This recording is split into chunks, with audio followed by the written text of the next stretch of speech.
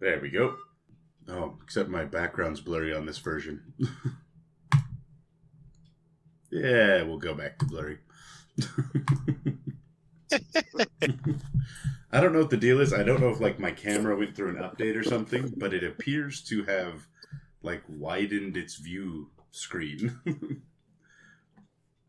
I just put mine on a chair and scooted it back so it would see more. All my stuff is in the same location. It's just on my monitor.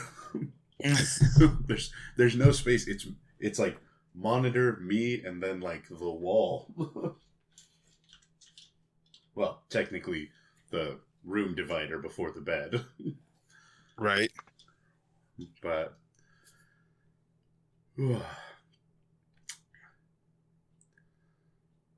Okay. all right. We ready to start officially? Welcome to the McLaughlin Minutes. Yeah. Back to the McLaughlin Minutes. Should I be renaming all of the old podcasts to McLaughlin Minutes? Do I need to change the name of our podcast? I think McLaughlin Minutes probably is going to hold the best. It's a better name.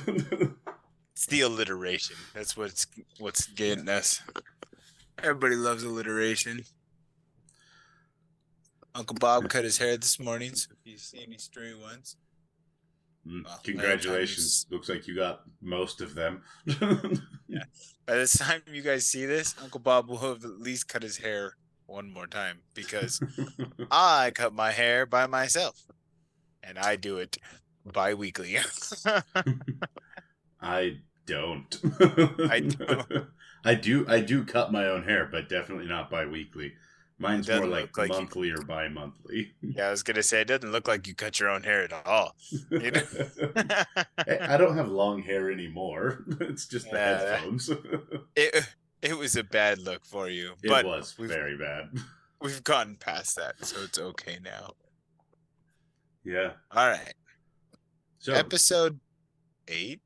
We really should talk about these things. I need to start uploading them. Then we'll definitely know the number we're on. Oh, see, that's the thing. It'd be like, this is episode 16. You're like, wait, what? So last time we promised to get into the plagues of the McLaughlins. Right. So we are going to jump into that. I've got the handy dandy text list. So let's start with the history.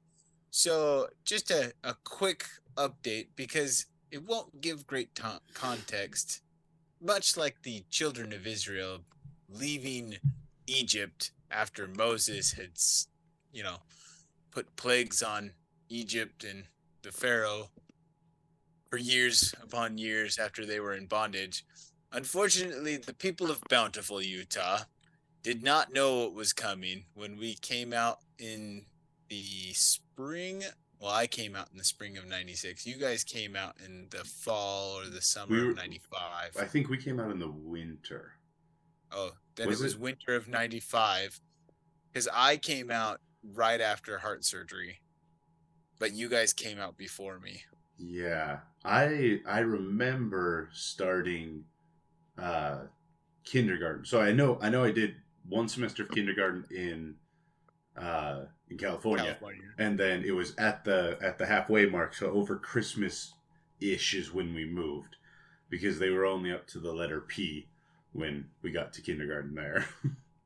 Yeah. And fun fact, train your kids to know their names, phone numbers, parents' names, and addresses.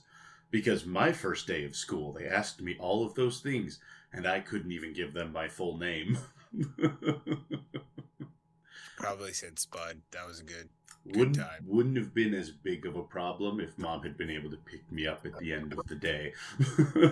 Yeah. Or anyway. So the winter, we'll say winter of 95, beginning of 96, is when we came into Bountiful. It was a bunch of California kids in basketball shorts trying to unload cars, because we had driven straight through in old pickup trucks and things like that, unloading into this unsuspecting neighborhood of Bountiful people. Now, luckily for us, we moved in right next door to a guy that used to work at the Hogle Zoo. And so he had like a number of animals already. He had a kennel license, so he had a bunch of dogs, he had parrots out back. So there was quite a bit of noise already, but they had no idea what was coming comparatively to moving in next door to dad. it it didn't start off very bad because at the beginning, I don't think we were planning on being there permanently, right? No, It was we we were came into transitory Bountiful. still. Yeah, we came into Bountiful to take care of my Grandma's great soul. grandmother. Yeah, so Yeah, Grandma's two soul. two up. It's the maternal great grandmother. Yep, Grandma Lou's mom. Mm-hmm. Um, because Grandma Lou was getting remarried again, Mm-hmm. To and Dawn. was that the Dawn one? Yes, so that was the marriage to Dawn. So in That fact, was the final marriage. most of our I mean, lives, most recent, we'll call it the most recent. most recent. Dawn sadly has passed away fairly recently, last couple of years, which is why I say he's the most recent because I don't know if she's going to marry again. She may. Um, Given her track record, she's would not remarried surprise me. often. um, so yeah, we moved out there. I don't exactly remember the situation. I know that Grandma Lou was planning to remarry, and she was going to move out, so someone else needed to take care of Grandma's soul. Now, our mom was a CNA, a certified nurse assistant, or something like that. I don't even know if she was. I think she was just like a care home specialist, like below Yeah. CNA. That's what she was doing. Well, it was like a real job in California. In Utah, CNAs are like high school girls that are just doing an after school job. Our mom was kind of supporting the family on this, and in California, she would work at nursing homes and like hospice care kind of situations. I just remember every time we'd go there, one, it smelled weird, and two, I would climb underneath the coffee table and watch The Price is Right with all the people there. So All day long. that was a great show. Nothing stuck. I don't know the price of anything. They've all changed. That's true. But we digress. So we're in Bountiful, and like Steven said, it started off fine because number one, we were transitory, so we were probably going to move again. And then number two, it was winter time, and so like the accumulation of hobbies slash pets usually aren't very aren't very prevalent in the winter time. And so I think our first foray with it was the next fall. Or would And it that have been was, that spring? What was the first animal we got when we moved to Bountiful? I would say the first, well, animal or Yes. plague.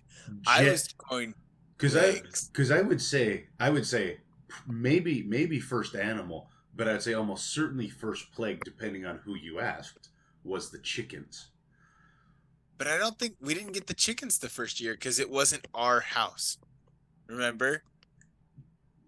That So was it was year two that we had like Huey and everybody. oh, you're right. So that would make the first plague Nick. Because I remember Grandma Soul was still around when Nick was in the picture. That's true. That's true. Mike, well, that was only a plague indoors though. Yeah, So that was Mike that was a decided, minor plague. judging from the size of Nick, it was kind of a bigger plague, but it was a minor plague for the general populace of Bountiful. So Mike's first, oh, I know because he got Harley first. Man, we should Was have Harley really, first? yeah, we Oh, should have talked about this. Harley's a proper plague. Yeah, He was Harley the was a plague meanest to lizard. everybody. So Harley was a Nile monitor, and that is the one lizard I refuse to ever deal with again. He would bite, he would whip his tail all the time. He was the meanest little guy. And And scratch you. and he was relatively large. I don't remember exactly how big, at least a couple I of feet. I Um, no, I think he got to like 18 inches and his tail was the same size as him. Like he would never got huge, although they can get very it, large. he was a lot bigger than any of the other. Like we got water monitors that were significantly smaller later on. Yeah. But all of them, well, those ones were particularly dumb. The water monitors drown. Um, but yeah, so there was Harley, who was just the meanest creature. Um, but who? So what would you say constitutes the first plague? I would say the first plague, much kind of like the children of Israel and Moses, was frogs. I don't think it was the first plague for the children of Israel, but the first one that correlated between the biblical stories of Moses Certainly, and the McLaughlins. certainly, first one that lines up with us is the So, frogs. so just west of Bountiful, so west northwest of Bountiful is Farmington Bay, and Farmington Bay has a duck preserve, a wildlife preserve. It's a really nice place, Mm-hmm. except for the mosquitoes. It's So we also went got a out nice there. road that goes out through it. Yeah, it does. So we're out on this dirt road because Dad always had something fun for us to do, and we went out and we pulled over and we're looking at the stinky marshlands of Farmington Bay, which have their own sort of beauty. And in all the corners of Farmington Bay, it's just rippling with these tadpoles, like bullfrog tadpoles, all stuck in these corners as the water levels had gone down and it's getting colder and it's starting to freeze. And so Dad tells all of us, oh, it's really sad. All of these bullfrogs are going to freeze to death and die. And so, pulling at our heartstrings, and I'm guessing for his own his mental his own thought goal, process. his Yeah, own, the decision he made was we should come out the next weekend and gather as many as we can. try to save and Save. perpetuate these bullfrogs that were obviously all going to die this year. Now I don't know it how they turned. perpetuated outside of indoor life, but they were going to die. And that's very clear. And that's exactly what I remember hearing as a child about these bullfrogs. So it turns out the easiest way to catch bullfrogs, especially at Farmington Bay, is if you get a net with a long enough pole.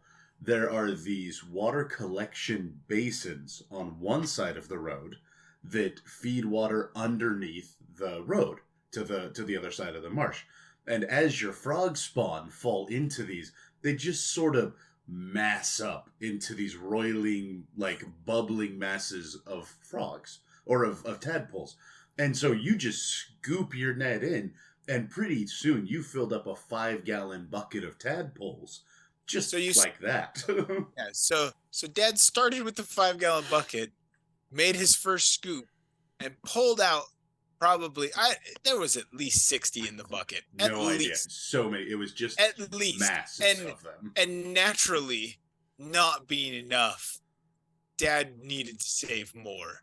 And so, as Steven said, the net came out and we just scooped these little tadpoles out of this water for it was probably only 10 minutes before we had 150 tadpoles in a 5 gallon bucket, which in the back of the truck, holding in between our legs as we drove home on the dirt road.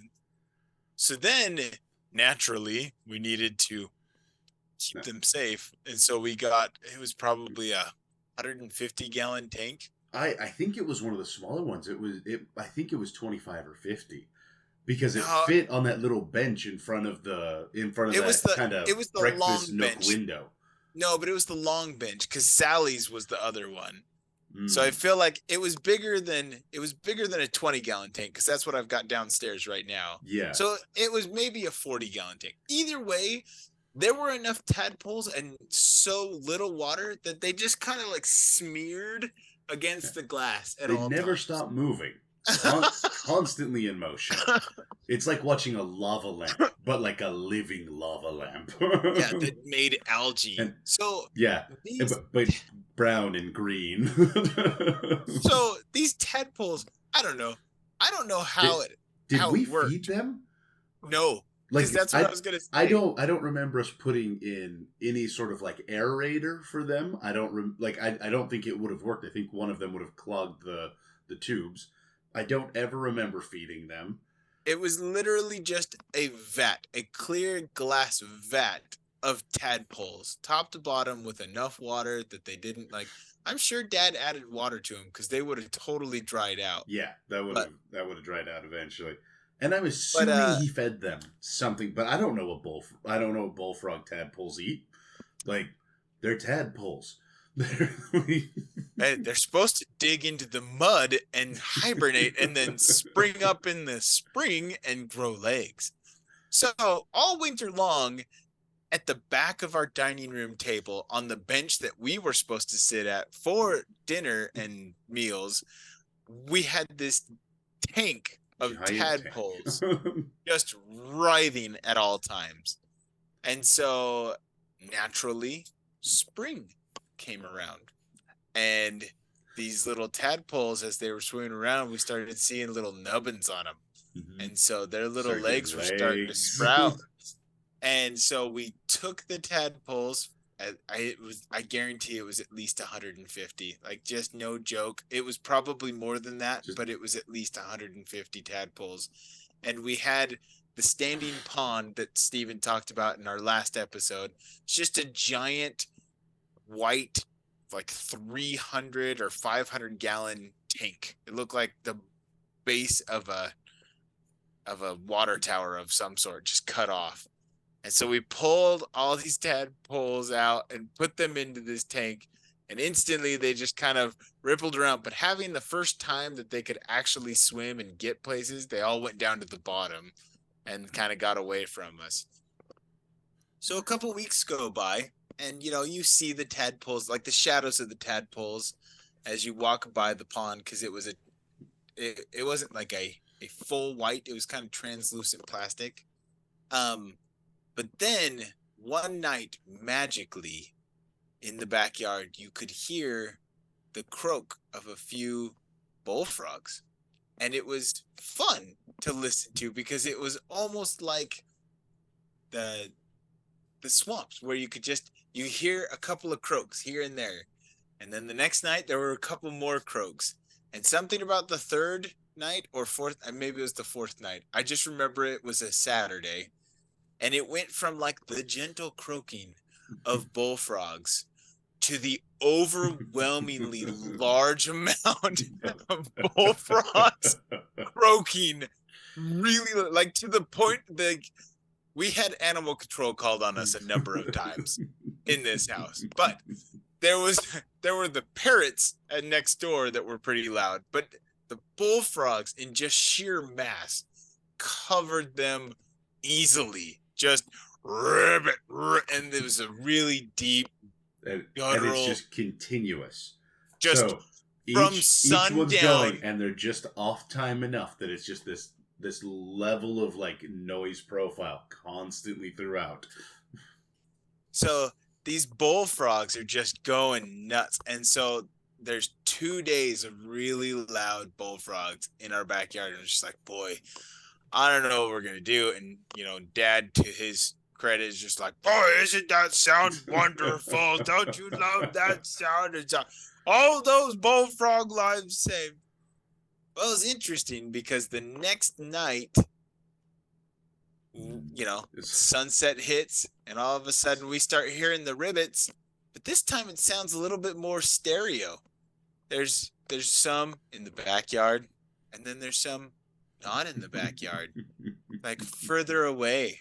And then there's some that are to the left and some to the right. And we didn't have great fences, but these bullfrogs, apparently, once they hatch and their tails are gone and they start croaking and ribbiting, they just spread. They go for it. So we had one neighbor that had a koi pond, and I guarantee that they ended up with at least 6 bullfrogs there. And then you would be coming home from school and you'd either see like a squished bullfrog or you would see one in like a gutter puddle where they would be sitting chilling out in front of somebody's house in downtown Bountiful as 150 bullfrogs, literally every single one, left our Yeah, backyard. not a single one stayed. Not That's one. like We none had stayed in the backyard. The giant way, pond, nothing else in there, and they all left yeah, to plague Bountiful. the way I normally recall this story is that all the frogs started growing legs. We dumped them outside. We herd bullfrogs for a night, and then nothing after that. It Like was a couple of nights. like that's the thing. It's It like was, I don't have any personal memory of this. It's just story to story for me because it was such a short period of time, and then you just never heard yeah, bullfrogs again at our no, house. no. You could hear him occasionally down the block. You could hear, even now, if you go past kind of the area of our old house, I don't know if it's just the thought process of it or if you can actually hear bullfrogs, but in the hot summer nights, if you're around, every now and then, kind of sounds like you hear a croak. So So that was certainly the most biblical of our yeah, yeah. plagues. The order of operations, because as you said it, I don't know, because we definitely Yeah. had chickens by the time we had frogs. Yeah.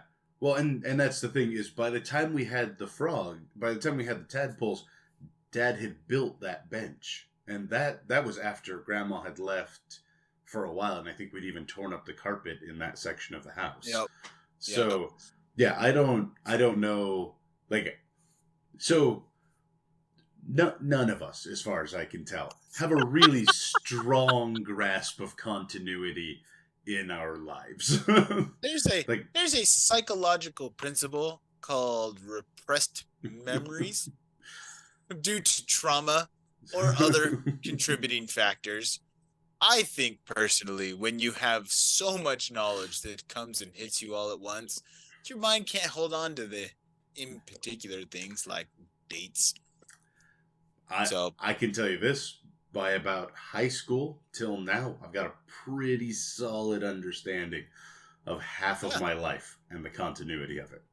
The rest of it's just sort of a mass of stories.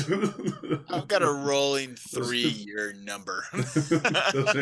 those are my what would you call them? That's my mythology. Like all of my mythology is like 17 and younger, and then. So, some of the other highlights for plagues, I guess that I would say that was the chickens. The best plague to go on next would actually be connected to the frogs, which was Ike. Yes. So during this time, so this is connected time wise because Ike existed while the tadpoles did. Yep. Dad came home from like the University of Utah, I think is what he said. And he was working up at the University of Utah as CNA. Mm-hmm. Coming home, and as he did, the way he described it, he spotted a bird that had fallen out of its nest, and he picked it up and brought it home. A possibly more likely scenario is that he spotted a nest and climbed up a tree and he fell out of a tree with a bird. Either way, he came home with the homeliest little, like, baby birds. Like, you don't realize baby chickens, little baby chicks, they're cute. Ducklings, they're the only ones. Very cute until they start getting feathers. But every other kind of bird just feels like a warm bag, like a warm water balloon that has like sharp bones inside of it. Like baby birds eyeballs? Are gross. Oh, eyeballs huge. That don't fit in their skull. Yeah, at all. So Ike was a homely little magpie that Dad brought home and we raised. And initially we would give him dog food until I think we realized that cat food had more protein or something. It was dog food soaked in milk. Yes. So there's a bowl of milk next to his cage, and we just put the dry dog food or dry cat food into it, and then pull it out and feed him. And he was He did. it ate He great. came home eyes. He came home eyes closed. So I mean, Yeah. this was a rescue mission Yeah. So after whatever happened with Dad. However he got there, it was pure rescue. We put him in essentially a 15-gallon aquarium because we just had tons of aquariums because of Mike. We lined it with like a towel and put a heat lamp over the top of him and fed him. And he imprinted on our family. He imprinted on everyone there except for me. Yeah, most of our family. I was apparently the interloper in this scenario, but we can leave that for a bit. So he grows up, and Mike and his best friend Chris, they taught him to love kung fu. So they would watch Bruce Lee movies, and they would shadow box with him, and he would bounce back and go whoop whoop in response and get all puffed up. He was also, because he was raised with us and always had a light on him, terrified of the dark. So we let him out in the backyard, and he'd fly around, and if we ever forgot to get him inside before the night was over, you'd wake up in the morning and you'd see him pecking at the window in the kitchen, and he'd be all puffed up, and he'd come in and he'd make cute little baby noises when you'd let him back into the house because he had been forced to spend a night out in the dark. So Ike was a really, really funny bird. Yeah. So this magpie, which again, understanding that Uncle Spud and Uncle Bob came from a household that was a little bit different than hopefully yours. This bird lived inside in the bathroom and just pooped all over. He would sit up on the shower rail and poop on the bathtub. We would try to put him in the bathroom at nights. Years and years later, after Ike was gone, you could still go into the closets and you would occasionally find just bird poop down suit coats and things like that. Like, it was gross. It was gross. Thinking back on it, it was gross. As a child, it didn't matter. Yeah, Ike was cool enough for it. You just scrape it off and move on. But I guess his interaction with the bullfrogs was one of contention. So Dad brought home, because he was raising bullfrogs, this book that was something like farming amphibians. And on the cover of this book, it was from the library. On the cover of this book was a picture of a tadpole, a picture of a turtle, and a picture of a frog. And Ike would land on that book, and he would peck at the tadpole and tear it up and rip it off so badly that after Dad returned the book to the library, the next time we saw it, it has this little white patch on it over the spot that Ike had pecked out. And I think Mom even, like, when the library was throwing it out, Mom found it as they were like doing a book giveaway, and she brought it home as a memento of Ike. But he had just a hatred for amphibians that I think is hard to understand. But he would go and sit on top of their tank because there was no lid. Tadpoles don't really make enough velocity to leap out of things. And he would just sit on top, and he'd wait for one of them to get close. And there's so many, it's not like they could hide by staying lower. Like, they're always getting pushed to the top. And he would snatch one of those tadpoles out, and he would peck it until it was dead. And then he would go hide it. And he would hide it up on the cabinets. And sometimes he would hide it in shoes. So you would go to put your shoe on, and if you're lucky, you'd find dog food crunching in your shoe. If you were unlucky, your foot would squish against a dead tadpole. That was part of the reason. That's part of the reason why there was tadpole attrition between the collection and the release of the tadpoles. It's true. It's true. But the way that he earns his name as a plague is actually outside of our house. So about 2 doors down and across the street from us, there was this old retired couple that would sit out and they'd eat breakfast, and they loved the chickens. They would throw bread to our chickens, and the old man was a painter. And And so the chickens is a quick side note. Technically a plague, yeah, but they would roam the neighborhood. they're the And next plague on the list. yeah, but this old couple loved them and would eat breakfast on their back porch and bring out extra pieces of bread to feed the To feed the chickens chickens because it while reminded they them of were their eating breakfast. childhoods. So yeah, they loved it. We didn't realize that the chickens would go over there. We'd all leave for school, and all the chickens would get to, and the chickens weren't penned or anything, and it's not like we had a good fence. So they would just run across the street after we had gone, eat breakfast, and then run back home. They wander the neighborhood So, and keep the bugs down. uh, But so same old the main man. thing this old man had was a bird feeder that he would hang in his front yard. And Ike is a bird, so he would land on the edge of that bird feeder, but he had no interest in the seeds inside of it. All he had in was hate. If any animal ever chose violence on purpose, it was Ike. He would land and he would use his beak to scoop out and fling as much seed as he could onto the ground. And that old man would shout at him from his porch, and then he'd make his way down, and he's got a cane, he's got like a walker and a cane and things. Then he'd go and he'd try and swing at Ike, and Ike would fly away, and he'd refill the bird seed, and Ike would fly back down and just pour that bird seed out all over the place. One time, the old man is out painting, and he had set down his brush, and Ike flew up and stole his paintbrush. And he pulled it and landed on the sidewalk. And the old man's yelling at him and starts following him slowly. And Ike, he's sitting there and he would hop, another 3 or 4 feet away. The old man would walk towards him and yell. And once he'd get within swinging distance, Ike would hop a few more steps away.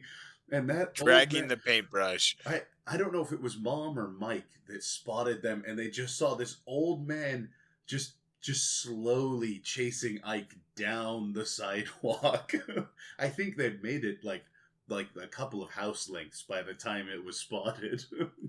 Past Dale's for sure. Yeah. Yeah. So Ike did terrorize the neighborhood decently well. The other terror that he performed is he went missing. He went missing for a couple of days, and Mom was very upset. So Grandma Michelle loved this bird. He would always land on her shoulder. I swear he never pooped on her either, but she'd land on her shoulder and she'd scratch behind his ears, and he'd just sit there and love on him. They had this great connection. She was even the one that came up with the name Ike, because she used to have a pet squirrel that was Ike. And so Mom was the one that named this bird Ike. Well, for 2 or 3 days, Mom was just all come apart because Ike was gone and we couldn't find him, and he was gone for a week. And then all of a sudden, there was a poster that was at the top of our street right next to the old folks' home that said, "Is this your bird?" And so Mom went in and found the lady who had posted the poster, and she had Ike in a cage and said, "Take your bird." So apparently Ike, what had happened... was furious because he had never been in a cage before. Yeah. The smallest cage he was ever in was the bathroom when he got in trouble, and we'd throw him in there. He thought he was a human in some form or fashion. But my mom talked to, or our mom talked to this lady, and she would go out and take her smoke break up at the old folks' home. So she was a nurse or a CNA, and she would come out and she would puff on her cigarette, and Ike would come and chat her up. And so one time he came and landed on her shoulder, and he didn't step off, and she got in her car, and she took him home. And then she left him. She niced up the story, but she stole him because he was a friendly bird. Friendly bird, and much like Dad, she rescued him. So after rescuing Ike, she took him home. But Ike, being the one sold on hatred, didn't want to Like, be in an apartment. So he not a decided fan of that it, apparently. terrorized this woman. So she was a smoker, and so every time she'd light a cigarette, he would land on her shoulder and steal her cigarette. But Ike didn't just take things away, he would go to try to It- tuck them in places. And so after trying to light this lady's apartment on fire for a week and taking things out and hiding them or tearing them up and like yeah, books. so our house only had those vinyl vertical blinds in it. So I had never seen like frilly, lacy blinds before. And that lady's, every single one of those blinds was, well, all of her drapes were ripped to shreds by the time Ike was done with them. Because she left him there when she went to work the Yep. next day. And so he had 8 uninterrupted hours of just destruction in front of him. So, so she promptly returned him after realizing after a week that he was not going to change and that she actually hated the bird instead of liked him. He would also, I think he would pull out and rip up her cigarettes as well, which Yeah, oh is a yeah. very expensive thing to have torn up. Bad for you. And so Ike did a lot of bad things. That's the one good thing I can say he did is he tore Yeah. up cigarettes. Um, He was part of the truth program.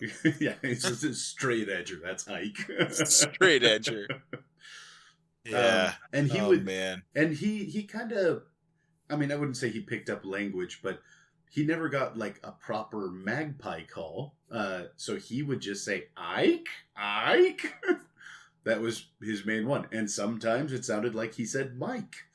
And I think that's all that I can think of. Those are the only two real words I can remember. We would tell him, we'd say, "Come here, Ike," and he'd say, "Come here, Ike." Ike. Yeah.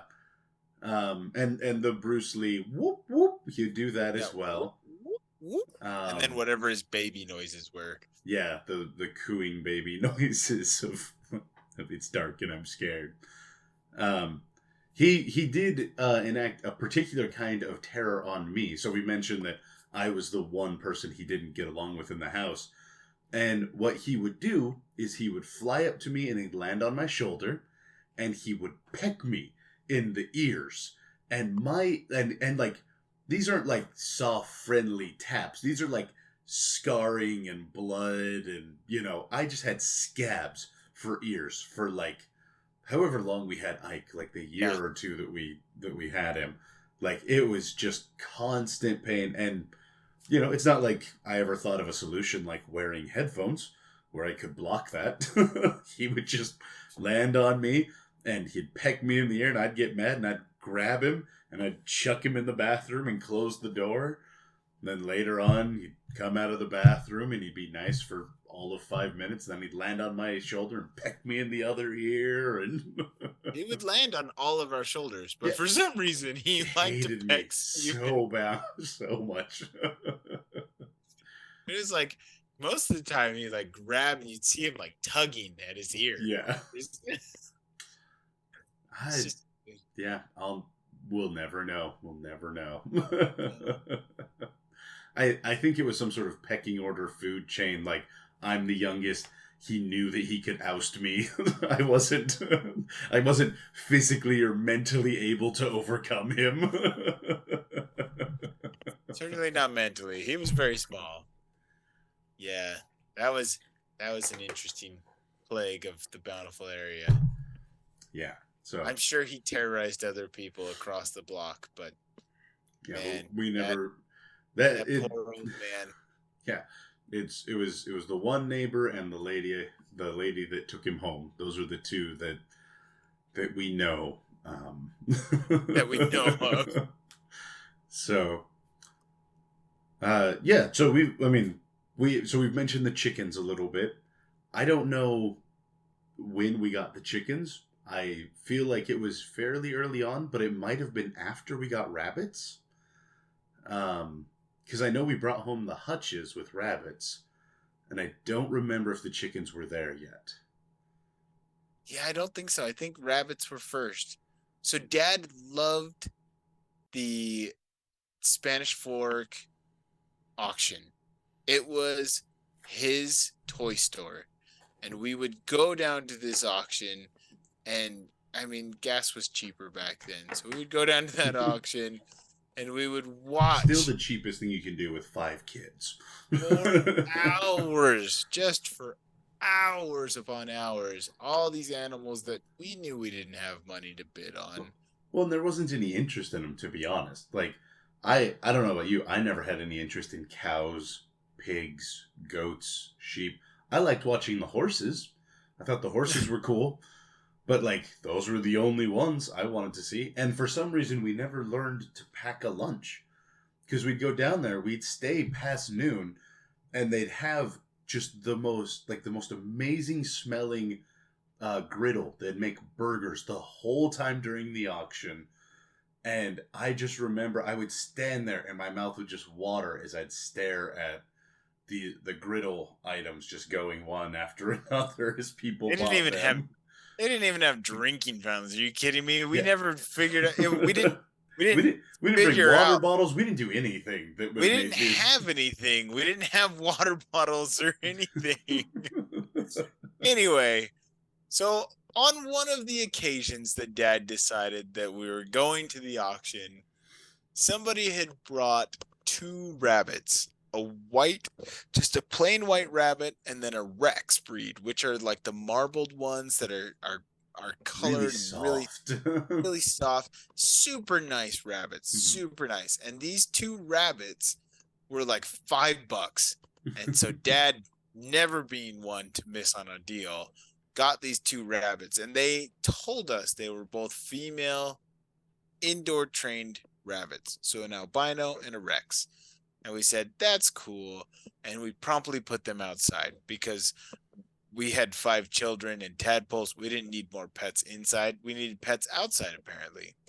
So we had these bunny hutches that Dad had bought from somewhere. So the rabbit hutches came with white rabbits. Like they came with like 8 or so that were like in breeding pairs. We never got a breeding pair of rabbits. I remember Dad's goal was that we were going to raise rabbits and I think skin them? We were going to have like rabbit fur, I think. Yep, that's true. That part is true. So we started with 2 female rabbits. So unfortunately, one of these female rabbits wasn't. I in my mind, and this is conjecture at this point, because what I remember is them both being female rabbits and one of them giving birth. So I'm assuming that before that female rabbit came to our house, just one of them was already pregnant. Yes, that's exactly what I remember happening. And I think it was the white one, because it wasn't the Rex that had bred first. And so, again, going back, this was not the age of information. If you wanted to learn something, you had to go to the library and check out a book, and the book is had what to we be mostly did. accurate. Well, what Dad mostly did. Yeah, Dad definitely got his money's worth out of that free membership to the city library. Well, he got his money's worth out of everyone's, because as soon as one card would get a fine on it, instead of pay that fine, we would just use the next person's card. And I know that's the case because I eventually went to use my card when I was in high school, and they're like, oh, like you have $2 of fines and $40 of late fees on the card. I'm like, oh, that's a surprise. So our 2 female rabbits have babies, and we had that smaller hutch first. We started with a smaller hutch that just had like 2 little pieces to it. And I remember Dad bringing home, it was a long, probably like 15 feet long, and it had like 5 individual rabbit houses in it. So I know the one you're referring to. We stacked them on top of each other, I think. Yeah, there was 2 of them, and we stacked them on top of each other. And we set them just past the garage, like facing the back door. And then eventually, after they had made a mountain of rabbit droppings there, we moved them to next to the fence towards the who we had Yes. not gotten along well with at any But point in our they time did have living a pretty there. solid fence, so it was fine. Yeah, there was a So smell. I'm sure we got called for the smell at least once. so the so the rabbits, having cute little bunny rabbits. If you've never seen a bunny rabbit, like they're like a little naked mole rat with like longer ears. Kind of adorable, kind of ugly. So these things were in the cage and we're like, well, we'll just wait until they're weaned and then we'll separate them into their separate cages and make sure that we just have, I think that it's like 8 bunnies. So we were like, we'll have 10 and it's not a big deal. And none of us knew, including Dad, what the reproduction cycle of a bunny was. And so we kind of just watched and tried to pay attention. And one day, Dad saw the bunnies getting frisky and said, well, it's time to separate them. And so he separated all the bunnies. And about 4 weeks later, we had More bunnies. three or four cages that had baby bunnies in them. And so we waited, and I think it was like a couple of days before the last one, because I think what it was is like we waited like 12 weeks, and then Dad's like, that didn't work. And so then he waited like 10 weeks and separated the bunnies.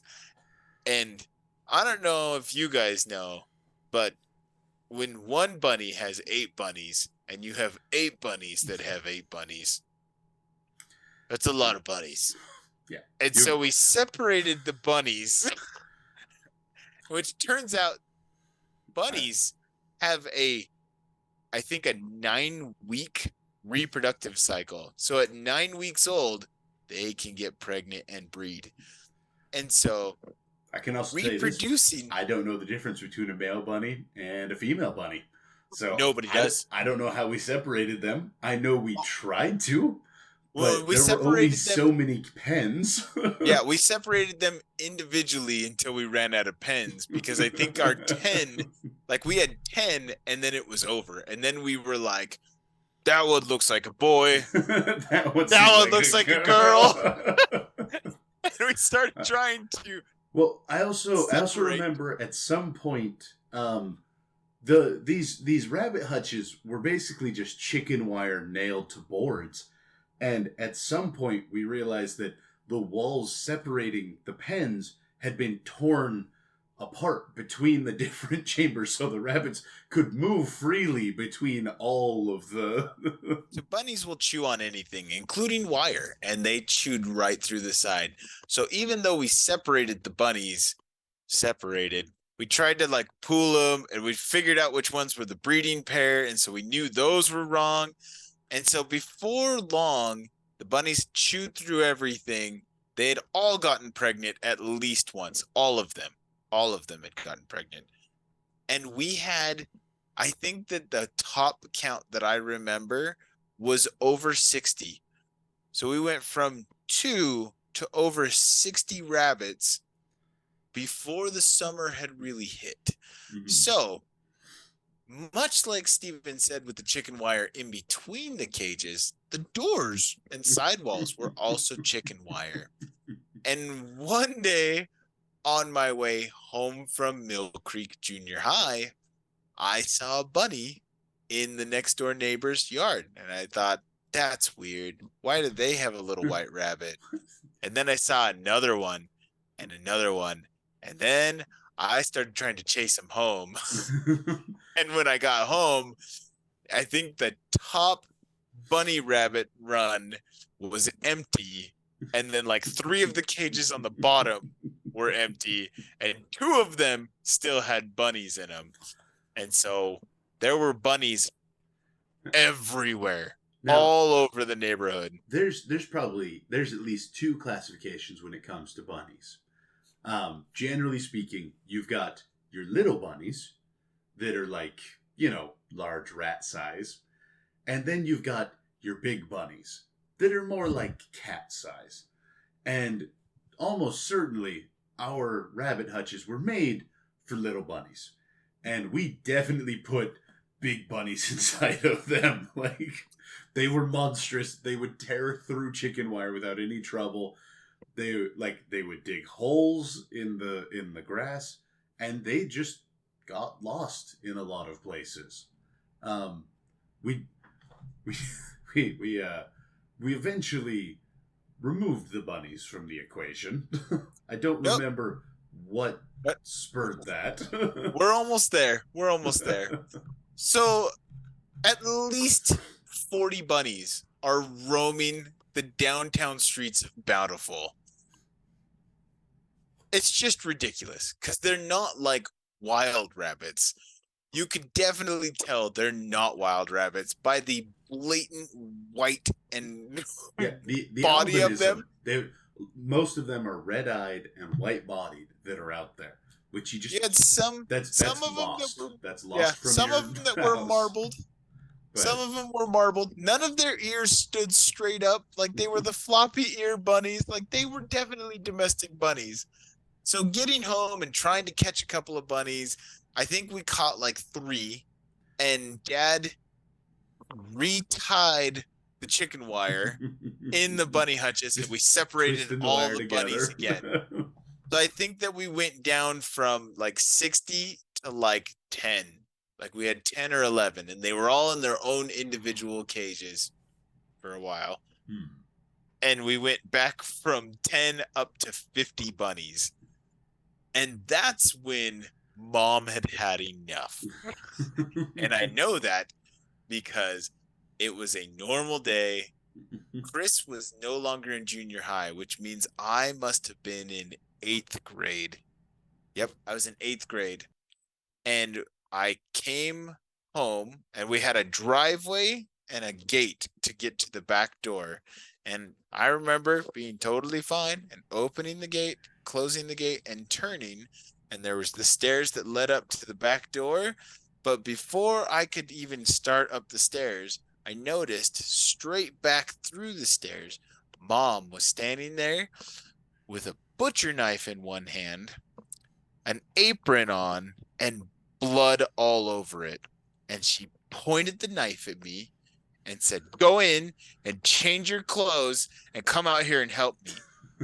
And I remember being shocked to the point that I didn't ask questions, but I thought plenty of them. Like, oh no, I'm going to be an accomplice to murder. Luckily, it wasn't a neighbor or another child. It was bunnies. Mom had had enough. Like, apparently animal control had stopped by and said, "Hey, there was a complaint in the neighborhood about animals. We wanted to check with you guys." And Mom had lied to this man and then closed the door and decided she was going to butcher bunnies. And so this is when I got my first lesson in how to butcher animals. And so I came outside, and Mom told me, "This is what we're doing." And there was a box, just a box of bunnies. And she said, "Reach in and you grab them by the back legs." And she picked up this bunny that was kicking. And then she grabbed a rusty pipe and she said, "You hit them right behind the ears." And then she proceeded to hit this bunny right behind the ears. And it was a dull thud. And it still sounds in my ears today. And as blood ran out of that poor bunny's nose, Mom said, "Look, now you poke holes in its feet like this and stick it on this board that has 2 screws." And then she proceeded to field dress this bunny and just skin him. And then she's like, "Look, his heart's still beating." And she points out vital organs that are hanging outside the cavity of this bunny. A common occurrence, it turns out, when Mom would clean animals for us with us. It's just like she turned every last one of them into an anatomy lesson. Yep, just not helpful. Not helpful at all.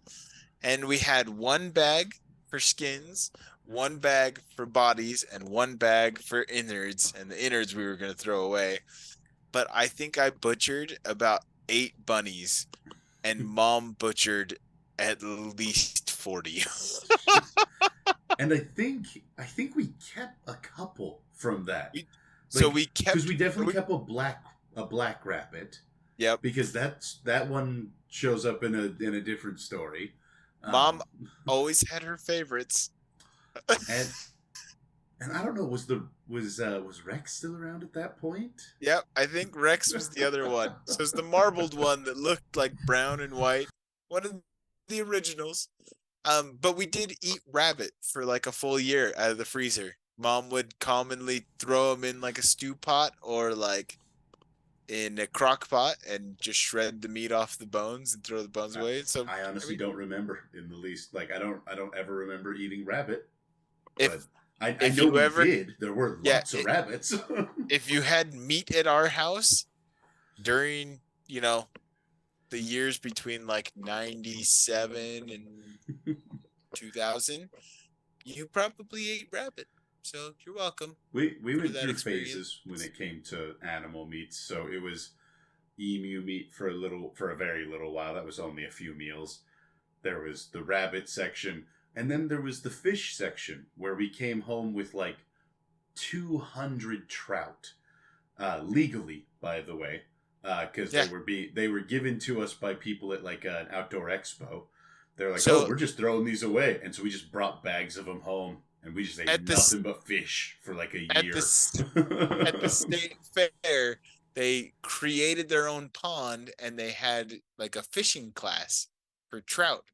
But then they had all these rainbow trout they were just going to throw away because they had been caught and released at the state fair over and over again. And mom, who was working as a highway patrol officer at that time, said, I'll take them. And they said, how many do you want? And then she came home with like one of those The giant garbage big bags. big black bags, which I thought we had brought, but I now realize we probably just took from like one of the cleaning people who were there. Yep. Like, but we just loaded that thing up with every fish we could get a hold of. And yeah, we ate. Like, We did that. I got so good at eating, at like deboning trout. We did that for a couple of years. There was a couple of years of that. Yeah, So, it's fantastic. I love trout. but I it wasn't after my mission. It was probably before my mission. But I do remember, and it was well after the plague of bunnies. I do remember seeing bunnies in downtown Bountiful.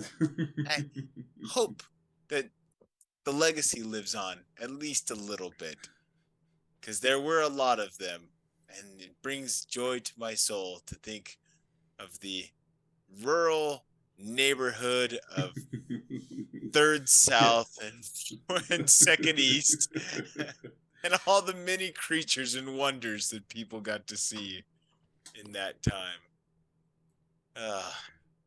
So, as a moral of the story, for this episode at least, be nice to the neighbors that may be a little bit weird, because if not, they might release They a might plague unleash a plague on you and your family and household. So, be warned, there's bullfrogs out there. There's red-eared slider turtles. There's parakeets. There's bunnies. There's everything. every every animal you can imagine can be a plague. Beware of magpies. Ooh. All right. Well, I said that's the only time we're finishing without actually having to fight the time. So, all right. I guess I'll stop recording.